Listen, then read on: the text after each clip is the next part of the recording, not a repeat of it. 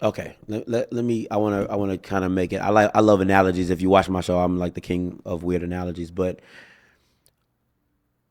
if it's like HBCUs are like the local chicken store, right? It's like when you leave and when you go and when you come home, you like, I gotta go here because they make the best chicken. They do the best. I love their lemonade. I love their cake, or I love their whatever they make. That's what HBCU football is. You have to consolidate and have one way in, one way out. When you start splitting and fracturing it and you don't get your money value, it dilutes the product. Because what happens is it's like ESPN can put you on ESPNU. What benefit is that? Most people don't even have ESPNU. You got to have a higher cable package just to get ESPNU. Why the heck are we on ESPNU? And then when the numbers come back, oh, you got 80,000. Yeah, no freak, Sherlock. Like, we're on ESPNU. But if you have a one-way entry and a one-way out, every eyeball counts as a view. So let's say there's 10 games going on, but we have a total of 3 million viewers. Everybody wins off of that. The advertisers don't say, did this game get 3 million views or did the platform get 3 million views? It's a big difference, right? So again, you have to consolidate to make people come in one door so I can count everybody that's coming in and I can count everybody that's going out. But when I got people over here, I got people over here, I got things over here, it just dilutes the product. So you're like, okay, are they getting a lot of views because ESPN is helping them get those views, or because it's the ESPN platform? Or are they getting those views because people organically want to see this content? And if I can consolidate and I can show you organically, I don't need Amazon Prime to show. I have a product of my own that I can sell.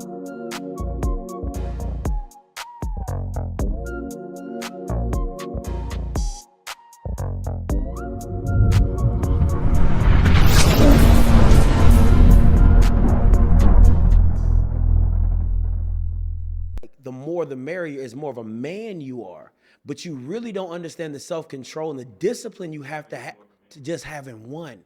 And because again, as men, you have a girl who could cook, you have a girl who could talk to you, you had a girl that you hit up with, you try to make all to feed all your needs, to feed all your needs. And then to push all that aside and say, you know what, I can find because again, it's the 20 that gets you. It's not the 80. The 80, your wife is 80%. It's the 20 that torments you because you're like, man, I used to have a girl that just, ooh, she wouldn't. Tripping over 20%. But that's what it magnifies itself, and you're like, oh, but then you're like, dang, I'm really about to give up. She understands my goals. She's willing to help me with my dreams. She doesn't, we don't got no stupid petty arguments. It's nothing like, it's a piece that you just can't understand. So I tell dudes all the time, they always ask me about Key. They be like, what made you and Key work? I said, my life had never been better. Talk about it, bro. Like, I really take in that scripture, like, when a man finds a wife, he finds favor. Come on, bro. Yes. And when I started dating Key, dog, my life changed. I interviewed Dion.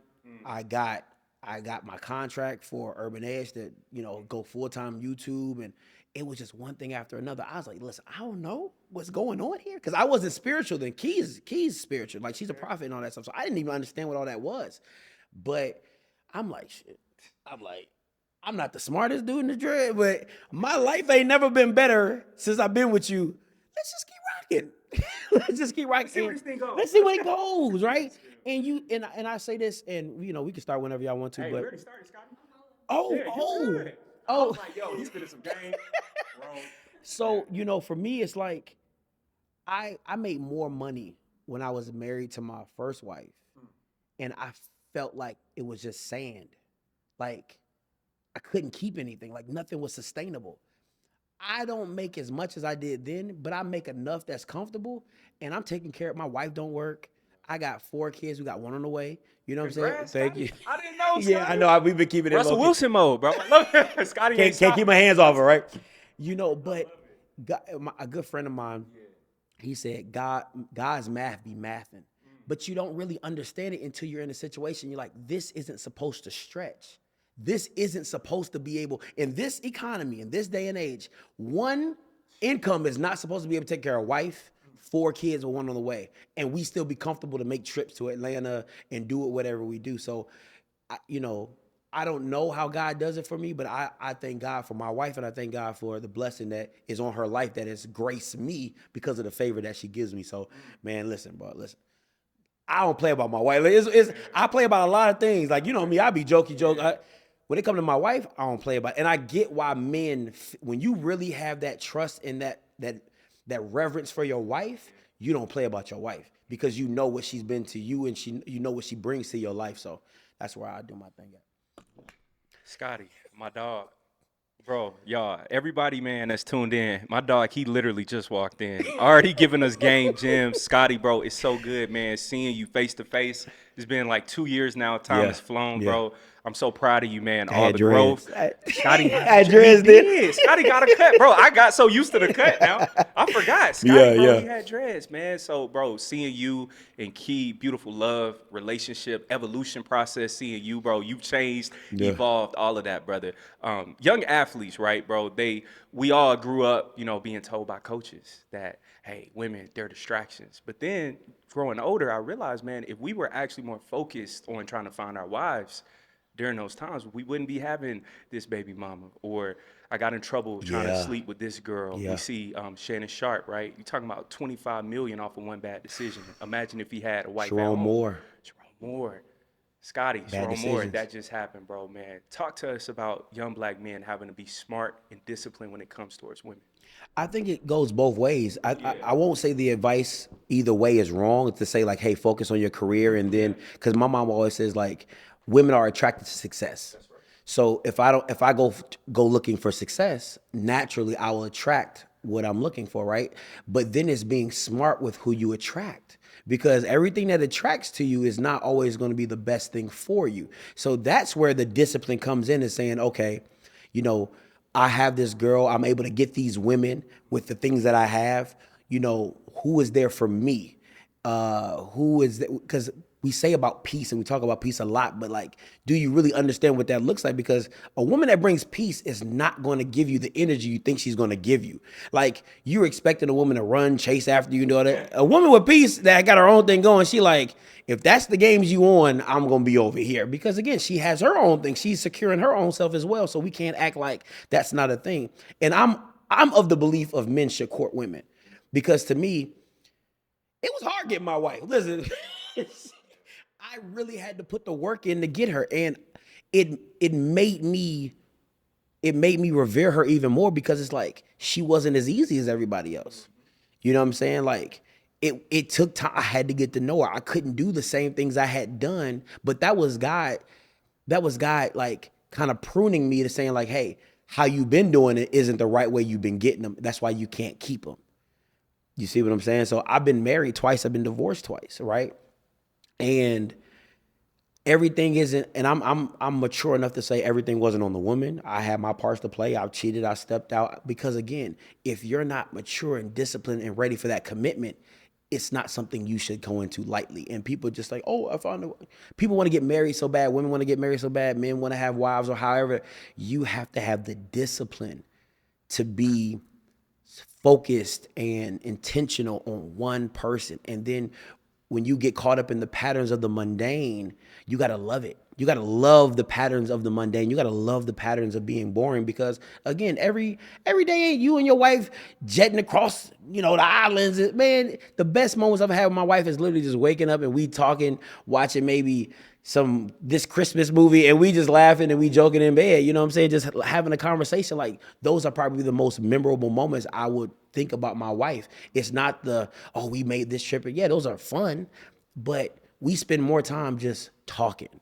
Like, hey, like, where do you see this? What do you want to do? How you want to do this? Or things like that. So going back to your original question is, I would tell any young black man, you want to be secure to be there for your wife, right? Like, you want to have something about yourself.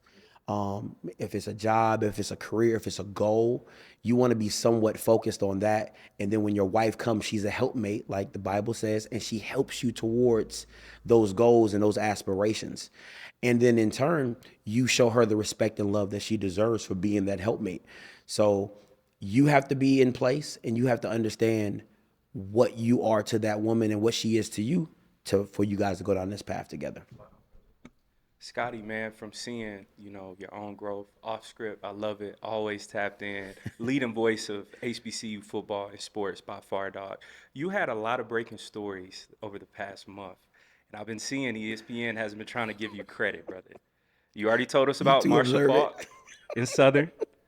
You told us about Mike Vick. You already rumored it, all of that stuff. But then on the ticker, they never try to show love to off-script TV, off-script media. Why is that, Scotty, that black reporters don't get the same love? Jackson State, I was getting all my news from you, and so was everybody else during Prime's time there. Yeah. Even afterwards, T.C. Taylor called all of this stuff. Nostradamus, why don't black reporters, especially covering black sports, don't get well-deserved credit?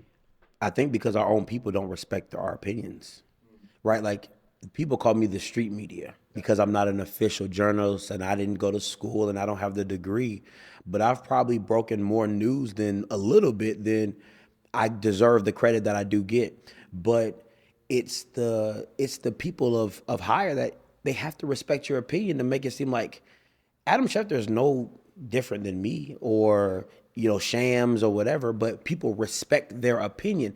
If you remember, before Shams, there was another basketball, Woj. So Woj just literally stepped out and Shams just stepped right in. Everybody's like, and Pat McAfee's like, this my guy Shams. He's the new Woj. And then everybody ran with it, right? So now Shams is the new guy, right? So it's about the people that are above you and in the space having reverence for your voice. And it's funny to me that, I can go to Jackson, Mississippi for the SWAC championship and I can sit down with a defensive coordinator and we can just have a breakfast and we just talk we talk football. I'm about to say basketball. We talk football, right? Or I can meet these coaches and they, hey man, I watch the show, man. I love it, man. It's addictive. Like I just can't help, I watch it every time. But it's them that will show me the respect. It's the street people, the media, the street, I always say off script is for the everyday fan that just like, man, I just want some real info. Like I just want some real fun stuff. Right, but the politics, the corporateness of what HBCU football wants to be, they don't accept what I do and how I do it because I've always came in with an edge or a grittiness or what would you say, like a NWO type of flair into the SWAC that's just different, and they don't like different. So again, I respect people. Listen, it's funny, stuff can break and people text me like, is it true? Like that to me, I take honor in that, right? People are like, man, I saw this, but Scotty, did you hear this? And I take reverence in that because it's like people respect my voice in its own way and they like, hey, if Scotty said it, and I know it's true, right? That's why I try not to do breaking news, me, as always, word on the street or gossip. Because again, if I tell you, hey, Michael Vick might be leaving to go to such and such, or DeSean Jackson might be going to Sacramento State, I just put the nugget in the back of your mind. I didn't say it's breaking news. So when it happens, you're like, man, Scotty told me that a week ago. It doesn't have to be official, but in your mind, you're like, Scotty already said that, so why? That ain't even, that's old news, So that I take that approach to it. So it's not technically breaking news, but hey, it is what it is. It's word on the street. Scotty knows, y'all. I'm telling you, bro. You've been like 30 for 30 over like the past 2 years. Bro, DeSean Jackson, seeing him, man, you helped broke that story too. Yeah. Seeing, man, he did one hell of a job. Yeah.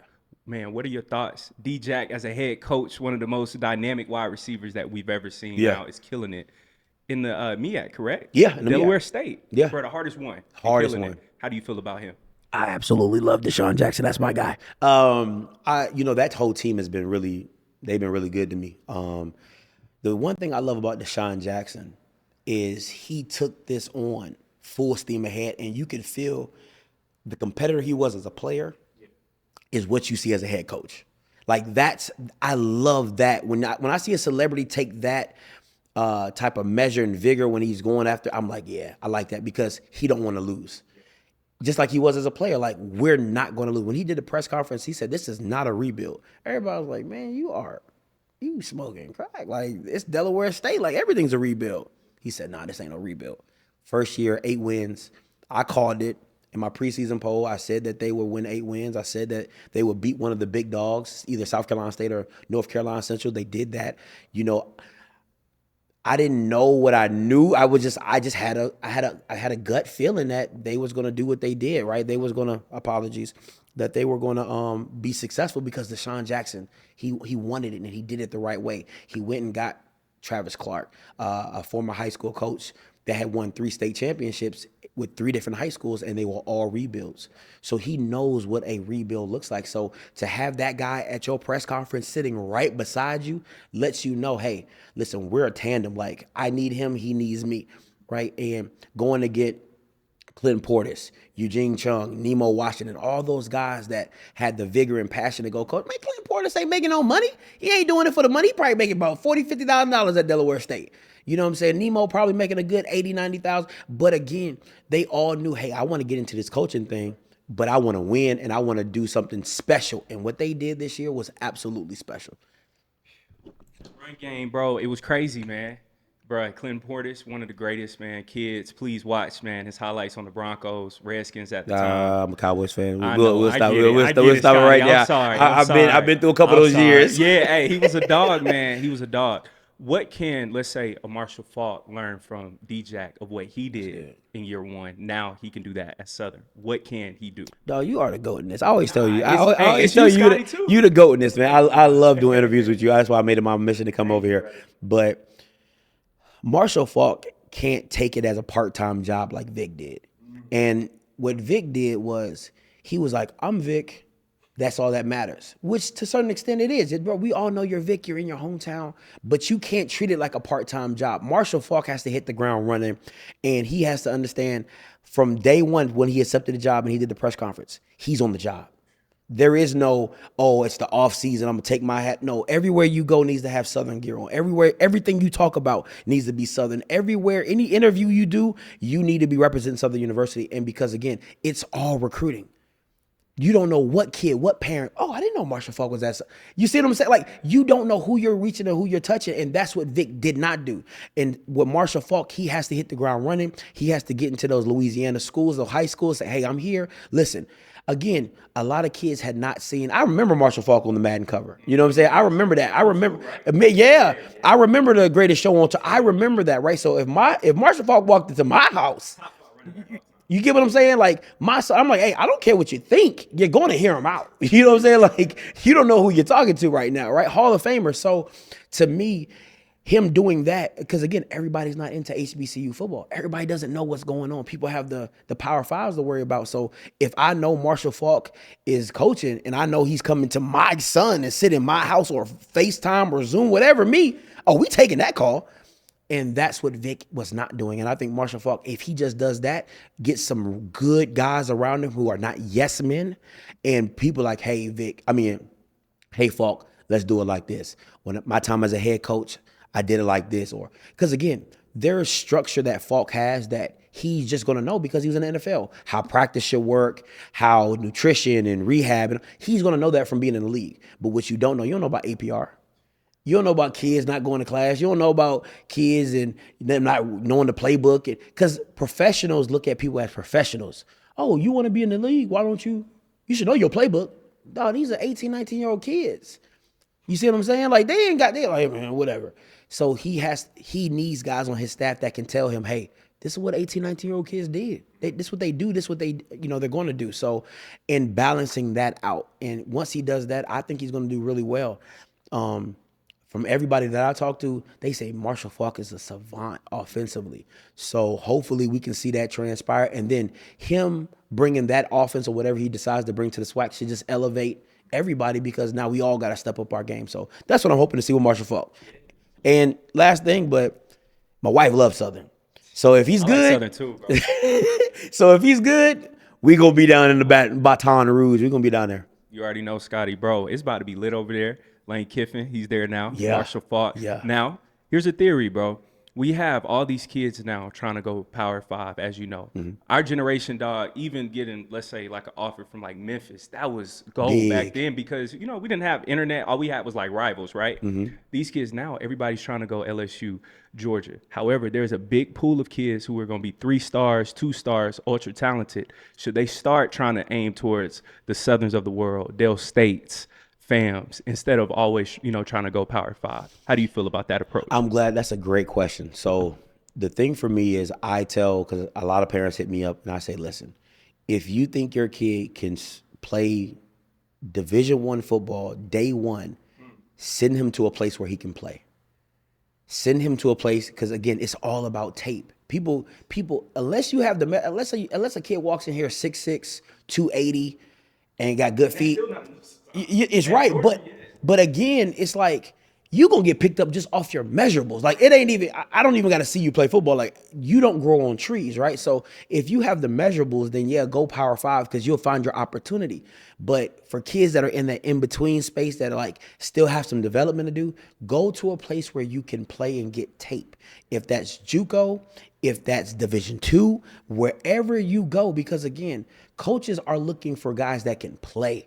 And if you're a D2 All-American or a D2 starter, that matters. It doesn't matter that, you were D1, but you sitting on the bench for the whole season. That doesn't do you any good. If you had a Power 5 school, I'm like, oh, was that Power 5? But you didn't play, right? So who's to say you going to play at this level? And I've seen kids go from Florida to Jackson, didn't play, go to D2, still didn't play. So again, it is a thing to where if you can play and get tape, that's your best benefit to elevate yourself up, right? So I would tell a kid, hey, go JUCO, get those 2 years of development, and then get into the system, because now your clock starts at 4 years. You don't miss those 2 years like you used to do before. Now you can go JUCO, get 2 years, and then go into NCAA and get a whole 4 years. Your body's developed, you got tape, right? So now you're getting paid.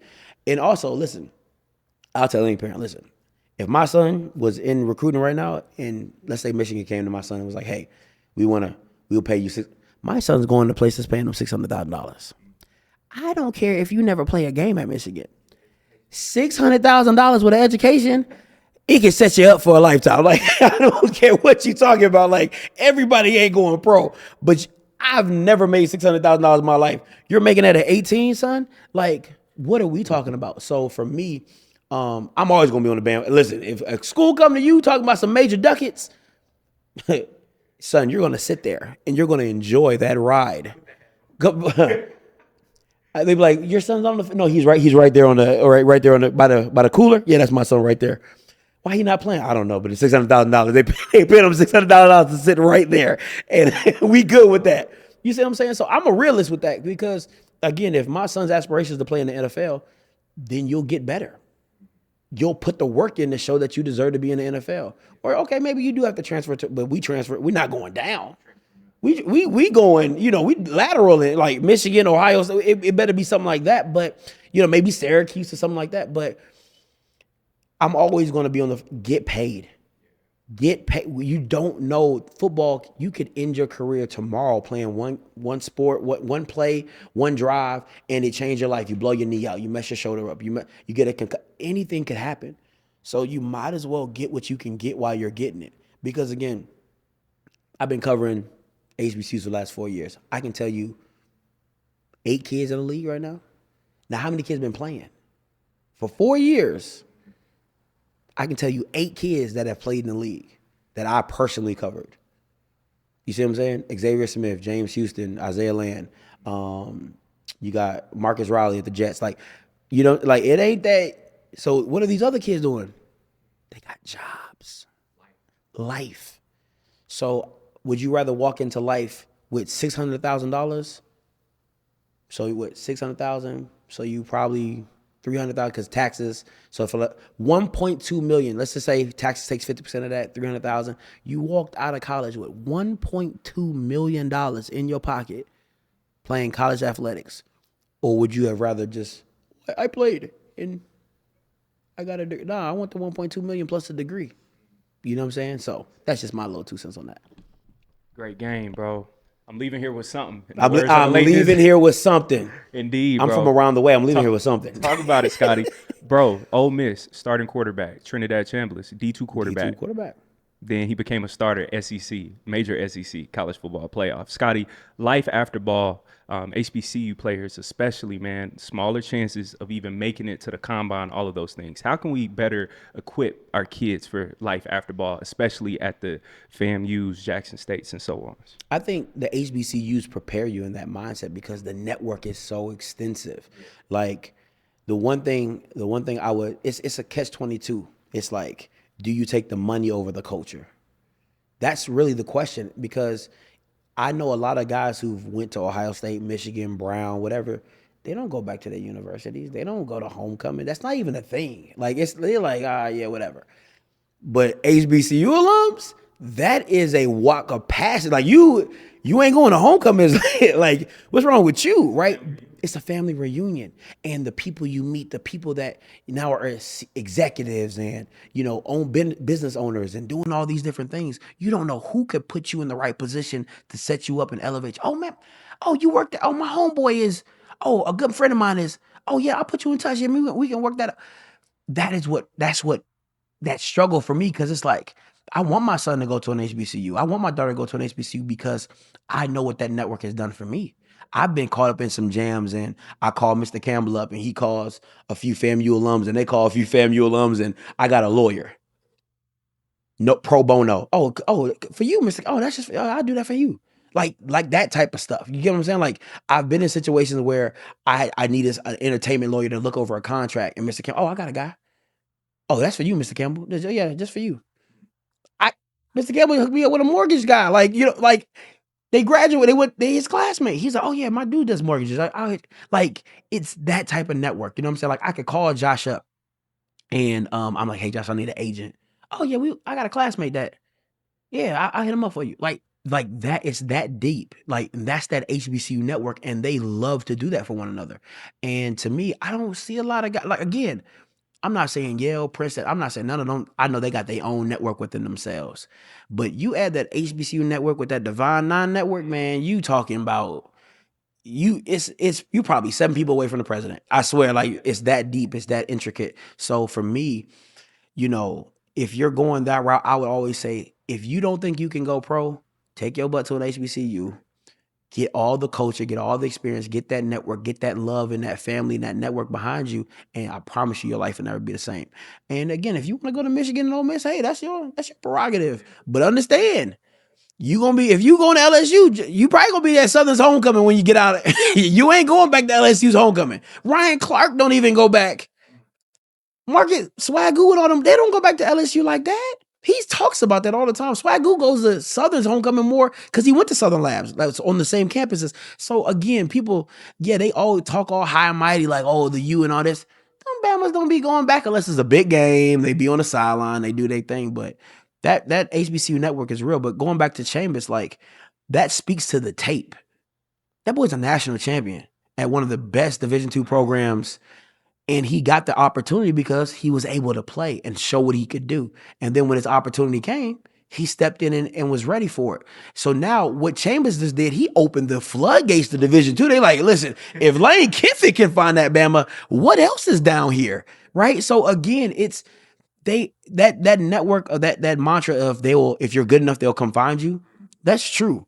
Now, in the portal, it works because it's so many teams. In the NFL, it's 32 teams. So you got to understand, you gonna have the odds aren't in your favor. But you're talking about over 100 Power 4 teams. Shoot, I'll be at Oregon State getting paid $400,000. You know what I'm saying? I'll be at Arizona getting paid $200.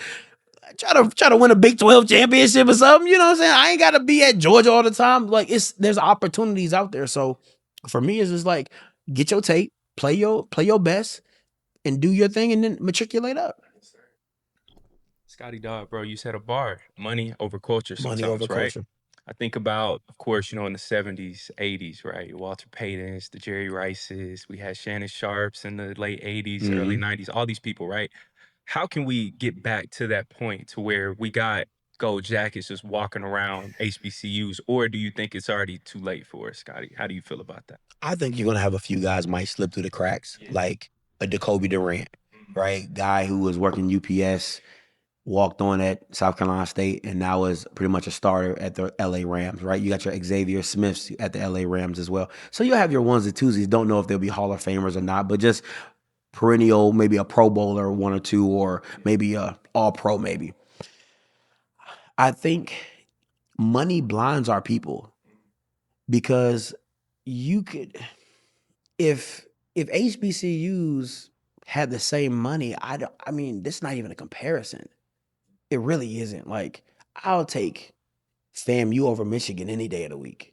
If FAMU could pay me $300,000. I mean, for anybody listening to this podcast, if you've never gone to a Jackson State and Southern game and you look up and you see 40,000 black people, that's different. It's nothing like it, to where they're not listening to Miley Cyrus or Logan Waller. It's Luther Vandross. It's Can We Talk, Tevin Campbell. You know what I'm saying? It's like, it's stuff that you like, oh, I can really jig up in this, and this is nice. You know what I'm saying? Like, they playing Back That Ass Up, like they playing all that stuff.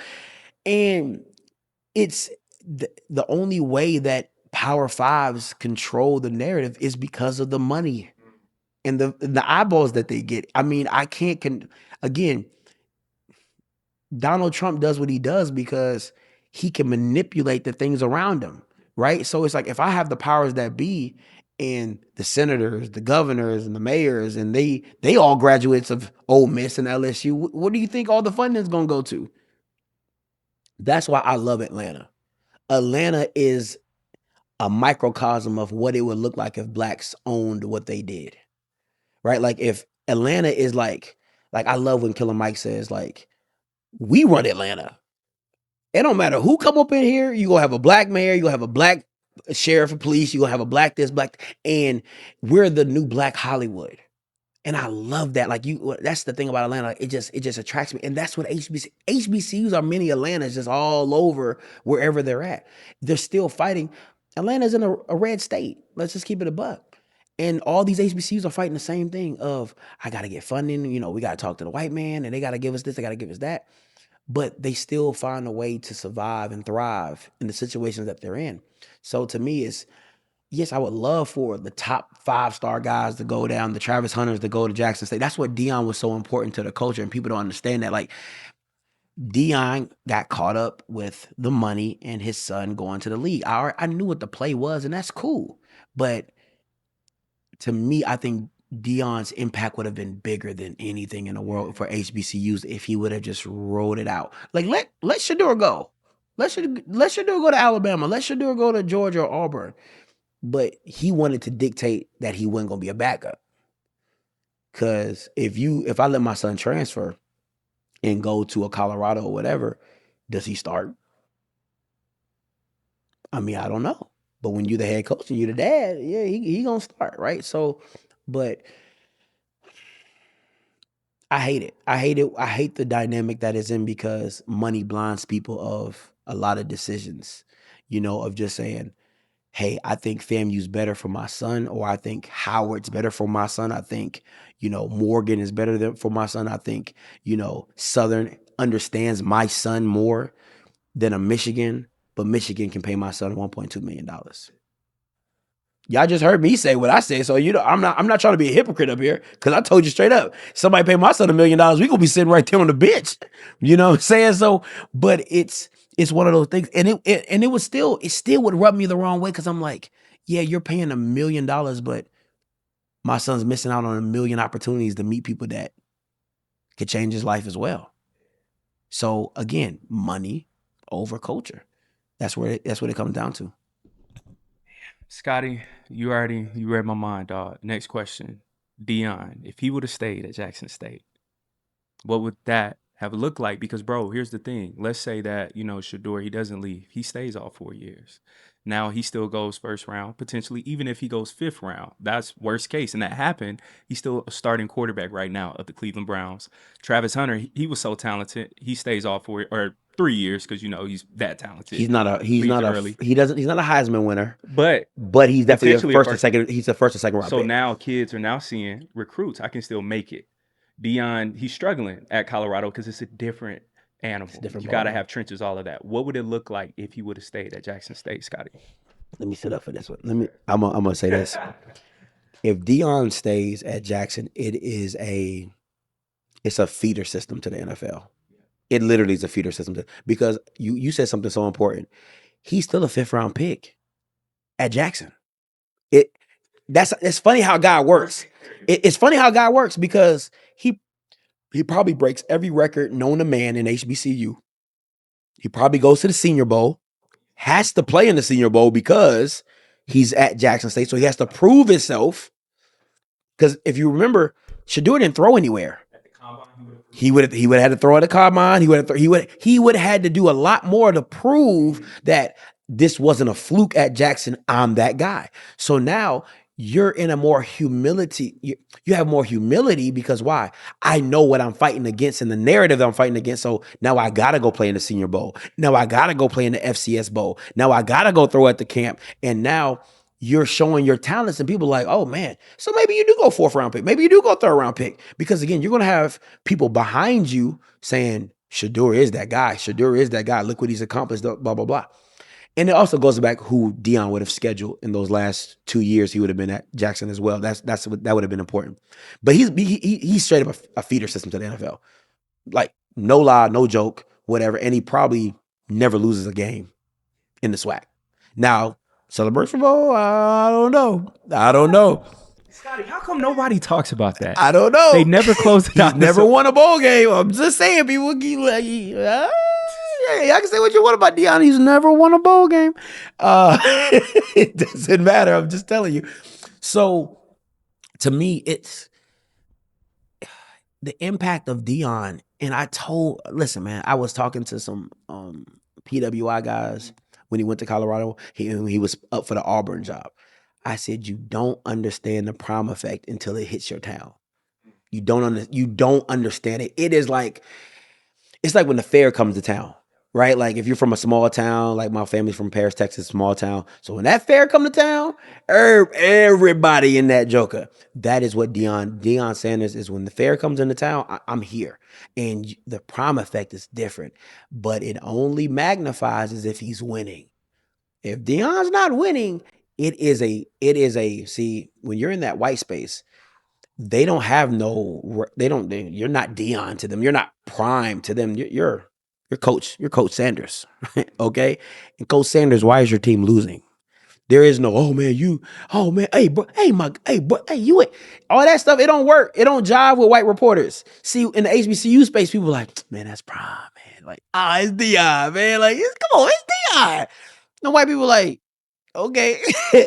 Because they look at Lane Kiffin's more important than you. Transactional. It's Nick Saban's more important than you. I've interviewed Pete Carroll and so the reverence they have for Coach Prime, it's just not there as black people because he's such a culture icon. We just naturally have a reverence for DeSean. It's like, man, come on, this prime, like it's prime time. White reporters ain't like that. And they're looking for the chink in the armor to be like, you're not what you think you are. So that's a different space. And then when you get to Colorado, it's not about the culture. It's about what you can pay me. See, it's money over. See, when he's at Jackson, it's a vibe. It's like, oh, I want to be a part of that. That's different. When you got 50, 60,000 people that coming to see you and they all your people and homecoming's crazy and all that. Celebrities coming to the sidelines and all. And it's just a whole black extravaganza. You can sell that to a recruit. Where you gonna play? There's no place in the country that can put 60,000 black people in the stands and vibe out. It ain't no place in the world like that. So again, it's easy to sell. But when you go to Colorado, first of all, you're in Denver. Colorado. Like, it's no cold. Grits. You know? No grits. You remember that, Scott? He was like, this ain't my grandma. Now, come on, man. Like, now you trying to get Southern kids to go to Colorado? Okay, so you want me to come to Colorado? It's cold. It's white. It's white. White is mayo, okay? And you can't pay me? Yeah, okay, bye. When I can go down the street to Auburn, when I can go down the street to Georgia, when I can go down the street to LSU, where my family can drive 10, 15, 30 minutes, maybe an hour, 2 hours to come see me instead of having to fly in the car. You see what I'm saying? It don't work the same. So that's why you see him going through the struggles and hurdles, because you can't sell it the same. You can say, oh, I'm looking for dogs, baby. Like if you a dog, baby, if you a cat, say you a cat, I'm looking for dogs, right? That's cool and all that. But where the bag at? That's what they gonna ask you. LSU offering me 200,000. What you got? Oh, because you prime I'm supposed to take 75? Or you prime I'm supposed to take 100,000? Nah, I'm good. I'ma just go ahead. You see the difference? You see what I'm saying? So that's what I'm saying. It's money over culture. Now, you go to Jackson. Let's say he's still at Jackson. You get that recruit out of high school for 2 years. He starts, he plays, and you just tell him, hey, you make your jump. You see, come with me. I'm cool with that. You see what I'm saying? Come with me. I coach you up. I give you all the spotlight because I'm prime, so I'm going to bring the spotlight to you. You play for 2 years as a freshman. You got all the tape in the world, and you can make whatever jump you want to go make and make whatever money you want to go make. That's a pipeline that keeps you winning because I get the best talent out of high school. They want to come to me because who gonna tell you no? I had Travis Hunter come to me. You a 4-star. I had Travis Hunter come to me. You a 4-star. It's crazy. I love it. You a 4-star, like for real. I had the number 1 player in the country come and play for me. Both sides of the ball. On both sides of the ball. What are we talking about? And you gonna tell me no? And I'm prime? It's a different flavor, and you can sell that to a recruit. Because Deion gonna tell you, if you're coming to look for the money, the money ain't here. The money is when you make your transfer. The money is when you go to the NFL. That's when your money. He can sell that at Jackson. You can't sell that at Colorado when everybody else, all your counterparts are paying. Just to lose too. Just to lose at top of that. So yeah, prime stays in the HBCU space, and think about it. Then you add DeSean. Falk now at Southern. What? Vic playing against Vic. Yeah, are you kidding me? Bruh, Celebration Bowl. You were right, Scotty. Imagine this. If we had Vic and Prime in the Celebration Bowl. In Atlanta? I know. Every year. The streets would flood. Jerseys what? I would have split jerseys of 2 and 217. It would be pandemonium. But again, it's a bigger picture. You remember that rap battle with Lux? Loaded Lux. Loaded Lux. He's like, I'm trying to give you the bigger picture. Because again, you stay in the culture. The culture is going to elevate you naturally. It's not going to be as fast because again, when Prime went to Colorado, it just exploded. Yeah. But the explosion made the criticism even louder. So now when you're at Jackson, it's like getting baked in the oven. Take your time. You know what I'm saying? It's still gonna be good. It's gonna take a little while. You know what I'm saying? You gotta have some patience. 4 years, he probably would have won a Celebration Bowl, But again, a Celebration Bowl against Chennisberry, a Celebration Bowl against DeSean Jackson, a Bayou Classic with Marshall Faulk and you gotta move that. I gotta move this game. You get what I'm saying? Like now you're putting HBCU in spaces they ain't never been. You're talking about moving Marshall Faulk, and that might go to the Dallas game. You might play that at Frisco. TV deals. You might play that you might get that at the Dome. The Michael Vick and DeSean Jackson game. Where did that get moved to? The Philly Stadium. You see what I'm saying? And it was I was there. It was packed to the brim. It was sold out. You see what I'm saying? Cam Newton there, Meek Mill there. It is a culture. That's what HBCU brings. It brings the culture out. And when you bring the culture out, you can't explain it. You can't. It's not what Michigan and it's just like, oh yeah, it's when you bring the culture out, you can't duplicate it. It's one of a kind. It's like, where were you? Do you remember when? It's one of those type of moments. So oh my gosh, man, Caleb, it means more, bro. It means more. It means more, Scotty, because bro, I saw this clip, man, Quinn Gray, seeing them just like sling the rock. And I'm like, yo, this was on BET growing up. Our TV deal, Scotty, you were well abreast of this.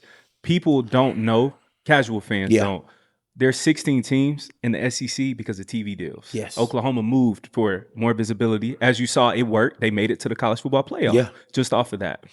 HBCUs, bro, what can we do better for our own streaming TV deal, Scotty? I've seen you go in on the SWAC president, all of that. What can we change to have more visibility for this?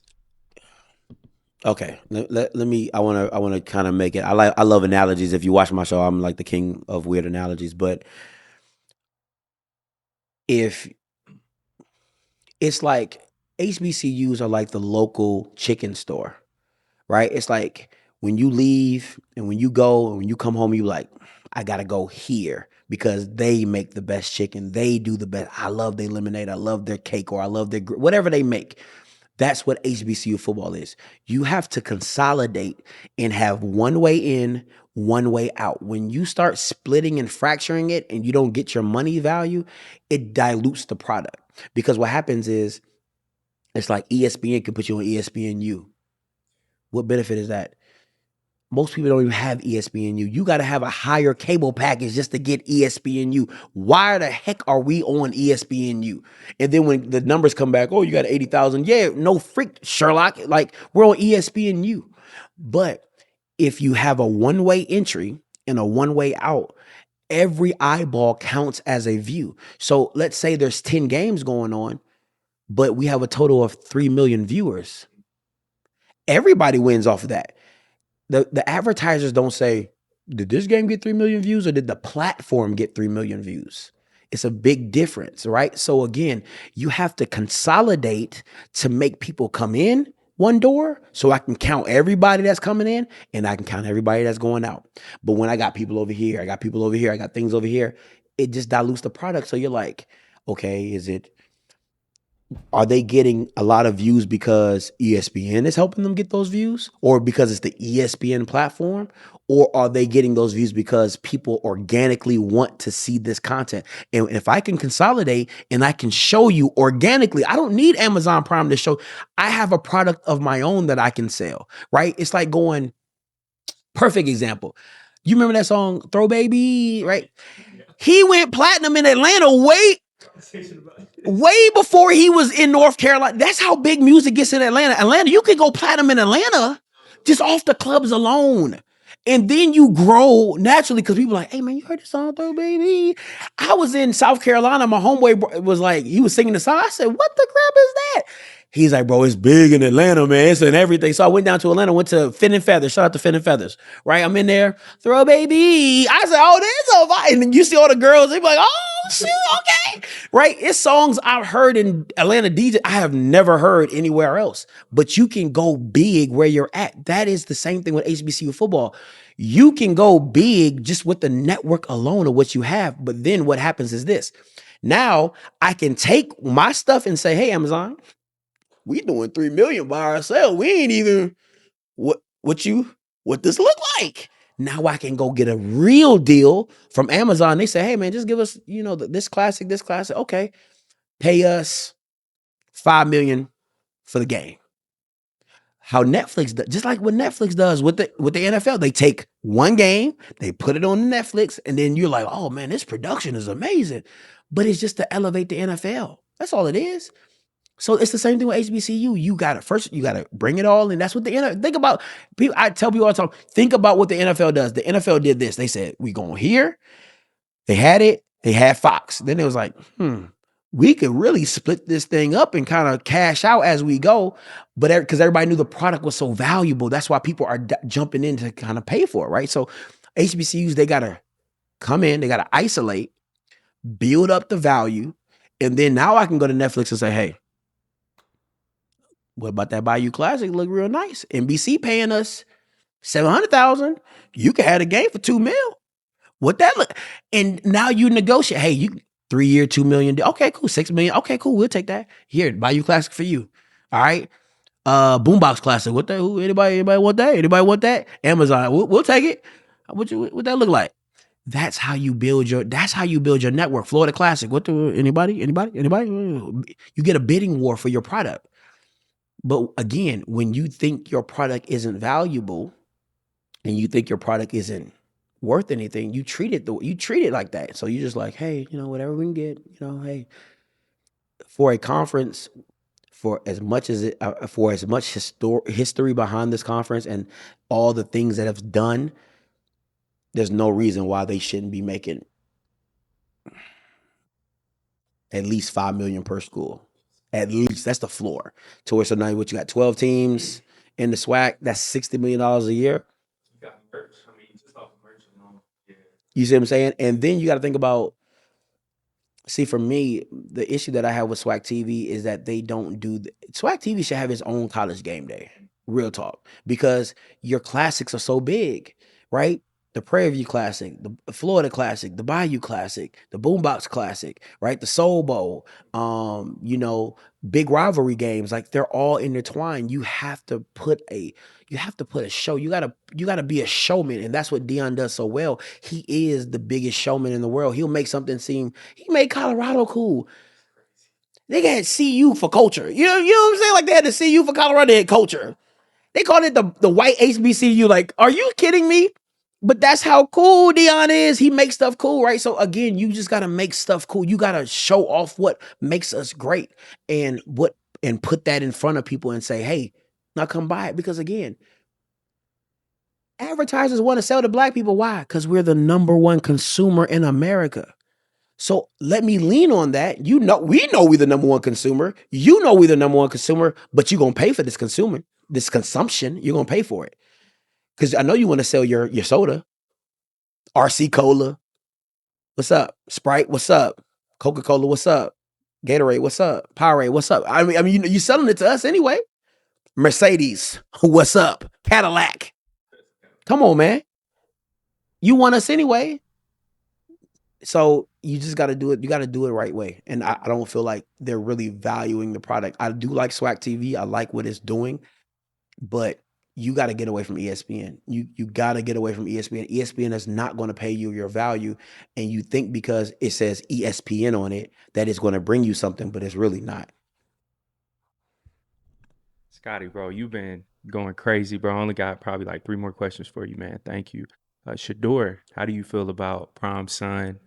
I felt like he was done dirty, in the draft process of Agreed. seeing how he slipped all the way to the 5th round. It's showing now. There's no way you could tell me that Dylan Gabriel was an ounce better than Shedeur. That's crazy.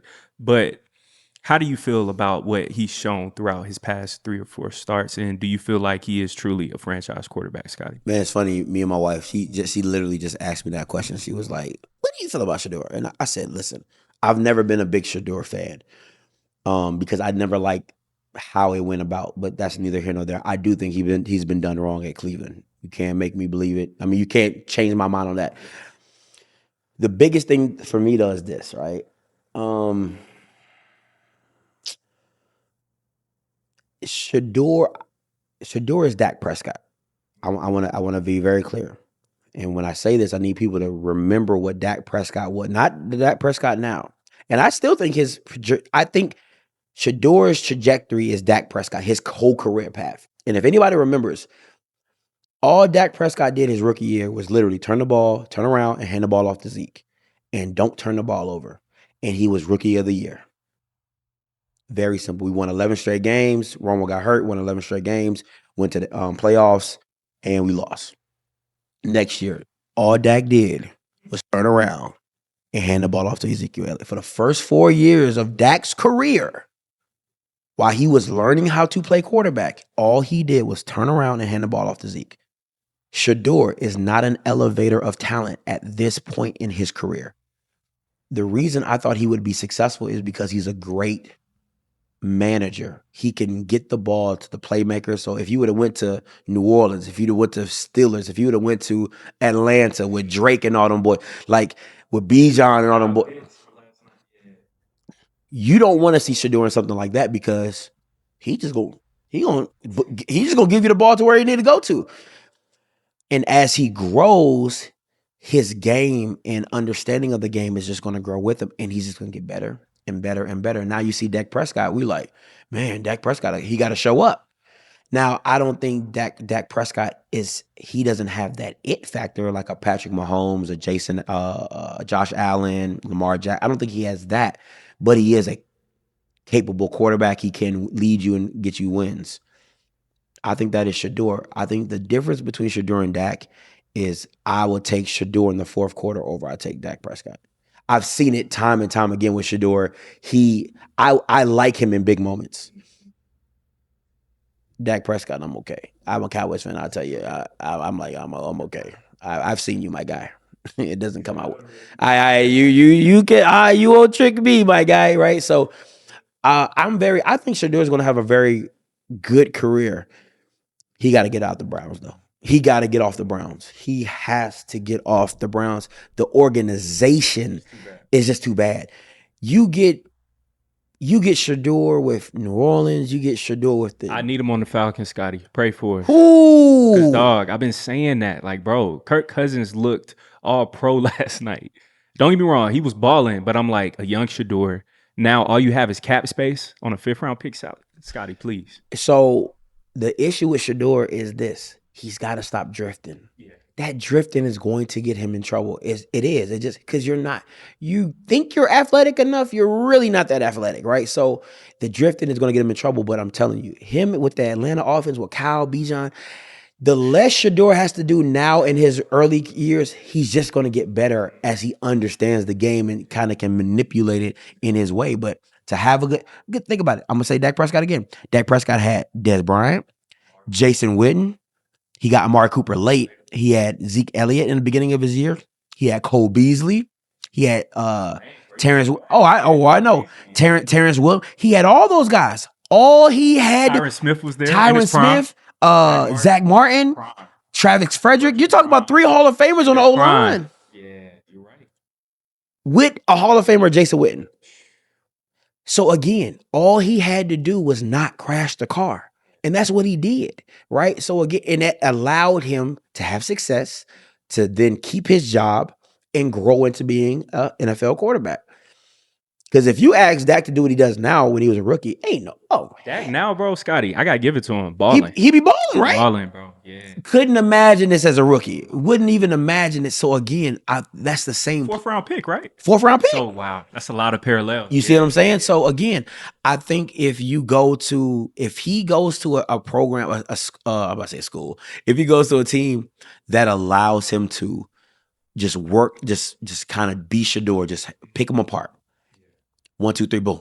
Because what people do not understand about Shedeur, and again, I always tell people I'm not the biggest fan, but that kid's work ethic is different. It's different. Like, that's one thing Deion really instilled in him, because I've seen Shedeur come out early, stay late, throw, work on stuff with his receivers. Like, he is a perfectionist, and that's just only going to benefit him more and more as he gets older.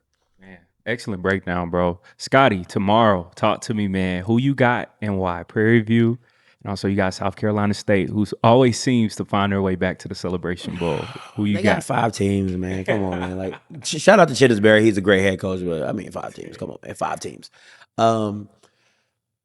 My co-host went with South Carolina State, so I said, man, we're tied in picks, and I said, bro, I'm not gonna have a season. We tie, so I went with Prairie View. Now I'm gonna tell you why Prairie View is capable of winning. Prairie View is capable of winning because their quarterbacks are really similar stats wise. They both have about 63% completion rate. I think Cam is about 2,300 passing yards. I think Atkins about 2,400 passing yards. Cam Peters is more of a runner than Atkins, because again, in HBCU football, it comes down to the quarterback. 9 times out of 10, everything else works, but if you have a decent quarterback, it'll keep you in the game. That Prairie View defense. Now, South Carolina State has had 2 weeks to prepare for this team. It's not easy because you don't see it. They play a 3-high safety look. It's not as easy as people think because you don't see it very often. So the one time you see it, even though if you prepare for it, it still doesn't let you like, I was prepared, but it's weird. It's just weird. I think that might cause some confusion now on South Carolina State side. Their secondary is nasty. I mean, they got a defensive player of the year as a corner. You know what I'm saying? Jacoby Durant was one. Now they got another one with Jared. That secondary is elite. And number 11 for Prairie View, Rockwell, kid's cold. He's probably one of my favorite receivers to watch. Real great route runner, great hands. He's going to have his work cut out for him. That's going to be a battle that I'm waiting to see, but it's going to come down to the trenches. Who can stop the run? Because Tremaine Jackson's a former D-line coach. Chittisberry's a former O-line coach. So you already know what this is going to be like. Their sides of the ball are going to have to dictate the game. And can Prairie View stop South Carolina State's running attack? And can South Carolina State stop Prairie View's running attack? It's going to come down to the trenches. And for me, I think Prairie View has just been in more head scratching of games. Like, you be like, how did they pull that out? How did they do this? Jackson State's probably one of the best rushing teams in the country. Shut them down. So I don't see South Carolina State really dictating the game off running the ball. I think it's going to be a slugfest. Give me like 24-21, 27-24, something real close, something real ugly. Just, I wouldn't be surprised if it was like 17-10, like just real. And I like football like that. You know what I'm saying? Like, I get people want the 50, 45. Yeah, that's cool. I like the stuff that you be like, man, if they don't get this play right here, you got to earn your points. You better kick this field goal. You know, like that missed field goal meant something, right? Like all those little things. So I'm excited, man. I haven't been back to the Celebration Bowl since Deion lost the one to South Carolina State. That's probably the last time I've been to the Celebration Bowl. That's 2021, I think. You know what I'm saying? So I'm excited, man. To be in the building and to be back in Atlanta. It feels good. Scotty is a menace, y'all. Bro, Cozy, he's out. Q is in, man. Tell me thoughts about fam. Shout out to all my friends and family who are FAMU alum. But You got some family friends? yeah, brother, friends, whole lot of FAMU. I bet they was like, thank God, boy. Listen, man. Some people just don't fit. Yeah. And Cozy just didn't fit FAMU. He didn't know what he wanted to be. The team didn't look the same. The team just, it looked, again, you know, I have those weird analogies, Caleb. I said, listen, Willie Simmons left you a Porsche. In 2 years, you sitting on donuts. The AC don't work, the clutch out, seats cut up, car ain't been washed. You know what I'm saying? The tag's about to get expired. Like, that's what Cozy did to FAMU's football program in 2 years. In 2 years, right? So I'm glad they got rid of him when they did. You just can't keep this going on in a spiral. You have a standard now that Willie set and left you. And I think Quinn Gray will bring you back to that standard. And again, people are like, oh, Scotty, you just be calling for people's jobs. Yes, I do. Because, and let me explain to you why. You're not a teacher. You're not a nuclear physicist. You're not a history teacher. Bro, you're coaching football and you're not good at it and you're getting paid a lot of money. Go home, Roger. Go home. What are we talking about right now? I'm paying you $225,000 to suck. Your lovely wife is sitting beside you. I'm gonna ask both of y'all. There's no job in America, nah, bro, outside of football, and then all you got to do is football all day, every day. That's it. That will pay you $225,000, and if you're bad at it, we'll give you another year. You know what? I like you. See the potential. I see your potential. I'm gonna give you another year. That's not how life works. That's real. If somebody's paying you $225,000 in 90 days, if they can get off of you, they will get. You know what? You didn't make it out of probation. I'm sorry. let's go ahead and slide you on over here. That's life. So when people be like, "Oh, I would never call," I'm going to call for it. Oh, every single time, because you don't deserve to get paid what you're getting paid, and that's Division II coaches as well. You're getting paid $80,000. Again, if a teacher is not good at her job and getting paid $80,000, ma'am, this ain't the place for you. It's the same thing. We have to stop looking at football coaches like they're not touchable. Like, oh my God, you chose this profession. I'm going to say it again. People at home watching this interview. When you go to McDonald's and that person doesn't give you good customer service, you know what you tell them? I didn't tell you to pick this job. So if you don't like the criticism that comes with you losing football games, nobody told you to pick this job, my boy. Go do something else. Very simple. So you're not going to make me feel bad for anybody in the Division I coaching profession that are getting paid $300,000, $400,000, $500,000, $7 million because you suck that you got to get fired.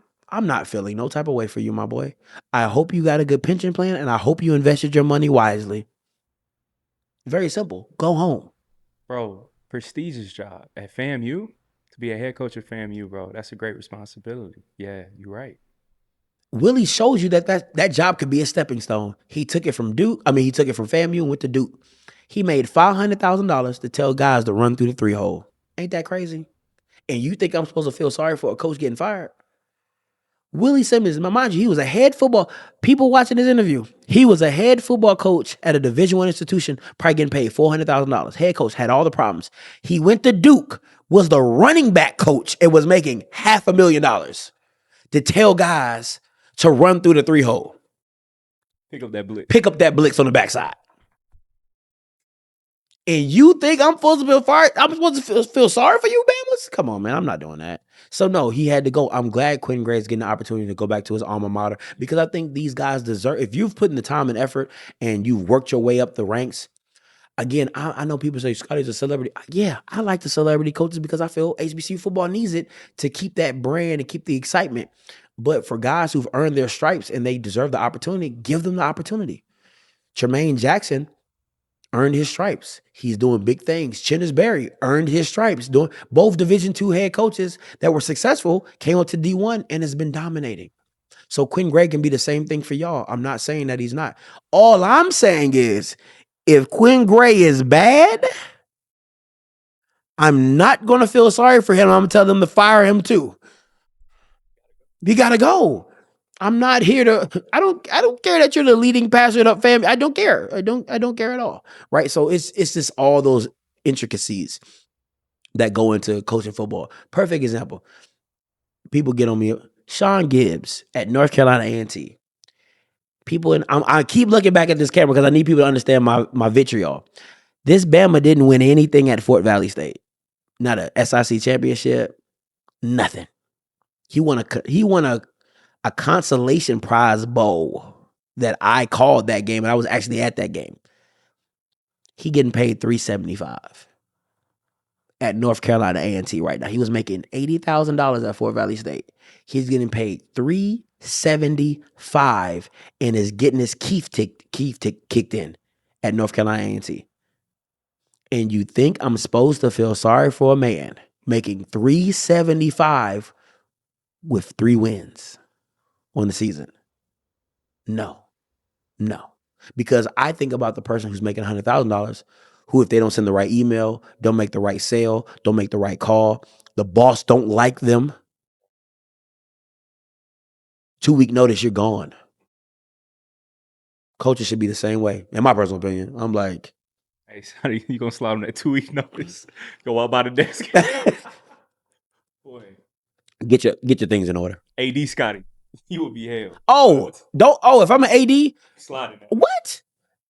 Listen, I'm gonna tell you right now. If you ever see me as your AD at your school, just know I'm not handing out no contract over 4 years. Two and an option. We LeBron in it. You know when LeBron was with option, he was at Cleveland.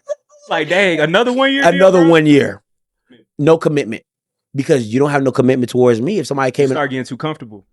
Yeah, because you think, if I suck, I get a buyout. No, you don't. No, you don't. You're going to get these 2 years, and if I like you, I'm going to give you another one. If you don't, bye. I paid you for your time and your services. You're not getting me on no buyouts. Like, think about it. Kelly, LSU? Dog. Why were you even pay him that much anyways? Okay. Brian Kelly. So let's backtrack. Brian Kelly has a 5-year deal, 4 or 5 year deal. I think he does 3. He does 3 of it. You still owe him another $50 million, whatever. You just did a buy. You give Lane Kiffin 6 or 7 years, $90 million. If I'm Lane Kiffin, I would suck the rest of my life. Like I don't need any. If you fire me because I'm bad, I still get my money. Jimbo Fisher, $77 million payout. You remember that? Texas A&M. That's when they started getting outrageous. These contracts, because he had a 10-year deal at Texas A&M.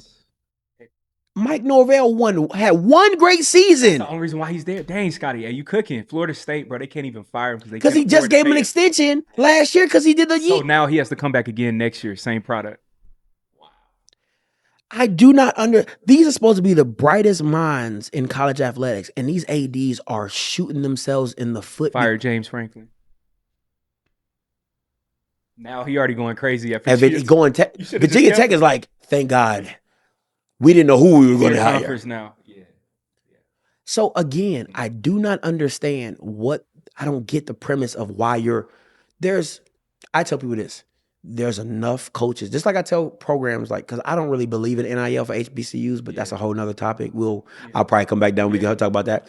But my thing is, I don't believe in NILs, but I definitely don't believe in buyouts. I tell people all the time, there's enough kids in the portal that you can find what you're looking for. And there's enough coaches in America that you can find what you're looking for. But when you're only dating a certain pool that has to look a certain way, that has to be represented by a certain agent because he's good, you limit that. So now they can mark up the prices because if you don't pick these 10 guys, it's a failure. Who told me that? I'll put my job on the line any day of the week, but you're not going to put me over hot coals. Like, I'm not about to give you a 4 or 5 year deal for what? When I can find a coach that's willing to do a 3-year deal. And they'll say, well, Scotty, how you going to get kids to come there? If he wins, he never has a problem. If he wins, we'll renew him. And now put me in the position to where I have to renew you. Like, I'm like, shoot, God, dog, I gotta keep him. Don't put me in a position like I gotta figure out how to get rid of you. So that's my little 2 cents, man. But Bro, Scotty, you bodied this interview. Phenomenal conversation. Always got to do this, bro. Man, just touchdown already pulled up on us, man. Super blessed for that, bro. Very last question for you. What is the future of HBCU football and HBCU media? I love that. Dog, you the GOAT. I like where it's headed. I like, I'm not gonna. I remember the last time we did this interview, you asked me what's the future for off script and things like that. But I like what I have done in this space to manipulate this space, and people won't give me my credit for it, and it's okay. But my wife tells me all the time, you got to look back at what you've accomplished and the doors you've opened for people. And I love where the space is headed, YouTube wise, media wise, voices, people just getting more vocal about their programs, their institutions, and making platforms and podcasts about it. Because again, the big boys do it. Why can't we? These kids deserve to be covered just as much as so as the big boys at Ohio State, Michigan, Penn State, and all that type of stuff. Where I want to see, this is where your question gets a little tricky. What I would like to see from the commissioners is not being manipulated or not cowering down to ESPN because you feel that we have to be on this platform or we're not valuable or we have to do this or we're not valuable. Because in this day and age, with the technology out here and with all the media partners that you can partner with, bro, if your stuff is on Paramount, take your Apple TV, Paramount, Tubi, stuff is popping up all over the world. Tubi's a big one, bro. You can have HBCU. And think about it. Tubi is like it's a black content creator. It's like it's a layup. So if they're already getting the black independent films, I can partner with Tubi, right? And now Tubi's like, I got live sports. Whoa. For black people, which my platform was built off black people. You see what I'm saying? So you have to understand the market and the leverage that you have because, again, live sports is a commodity that people want because they know it automatically brings eyeballs. Football is going to bring eyeballs. It doesn't matter what you do, it's going to bring it. And when you have your own market like an HBCU does, part of the number one consuming people in America, which are blacks, is valuable. So I would like to see the commissioners understand that. I would like to see the commissioners work in tandem to where it's like, hey, listen, wherever you go, we need to go together because let's make it an HBCU product and not the MEAC over here and the SWAC over here. It needs to be an HBCU product. We come together. We are a package deal. And I think that has more value because why? We're combining all the we're not splintering. We're taking all the brands, South Carolina State, DeSean Jackson, Howard. We're taking all the brands, we're taking the Jacksons, the Southerns, the Fams, the Gremlins, and we're packaging them all together. And now we're gonna go find a big dog that wants all of us, not just half of us, right? So it's like Home Alone. It's like you pack up all your kids and you leave one behind. It's like we left Kevin.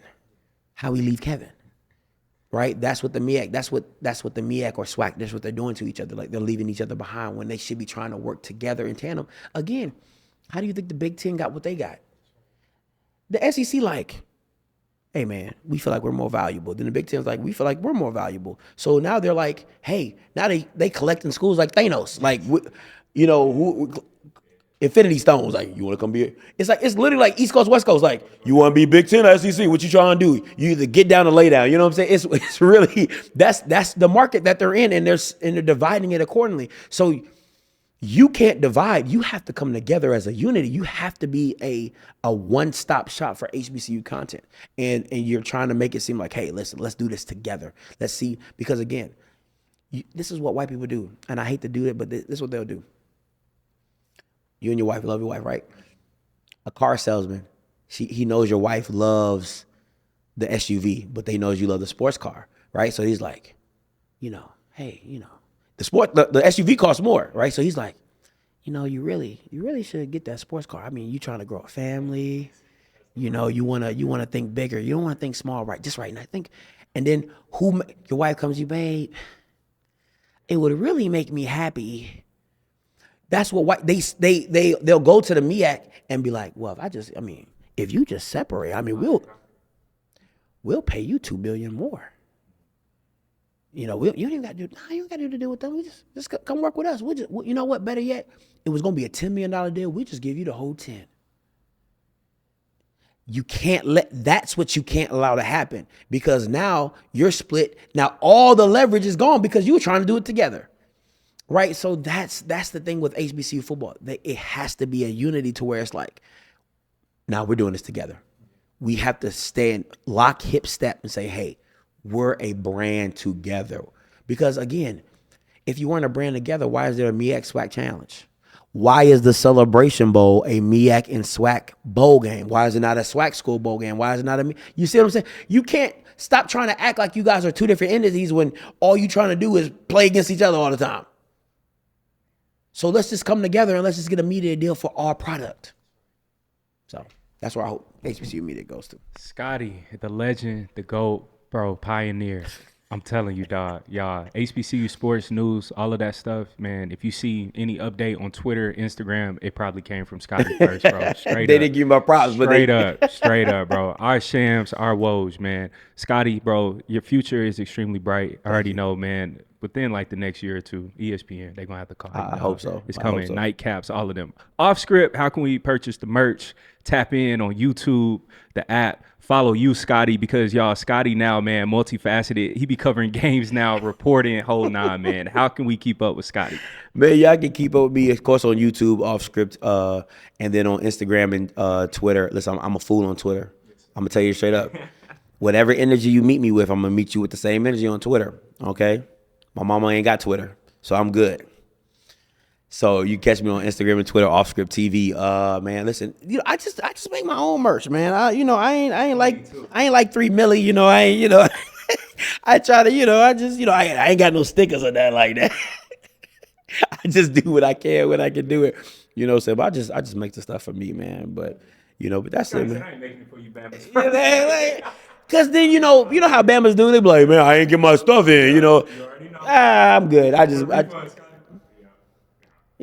ain't Amazon. Okay, like you just tell Amazon you need a refund. They be like, yeah, sure. Yeah, no. I'm gonna prove to me you bought it. My dog, man. Listen, y'all make sure this interview it will be posted tonight on the 12th. So, man, Celebration Bowl is tomorrow. So if y'all see Scotty, man, dap him up, tell him thank you, take some pictures with him. Scotty, have fun. Don't have too much fun because.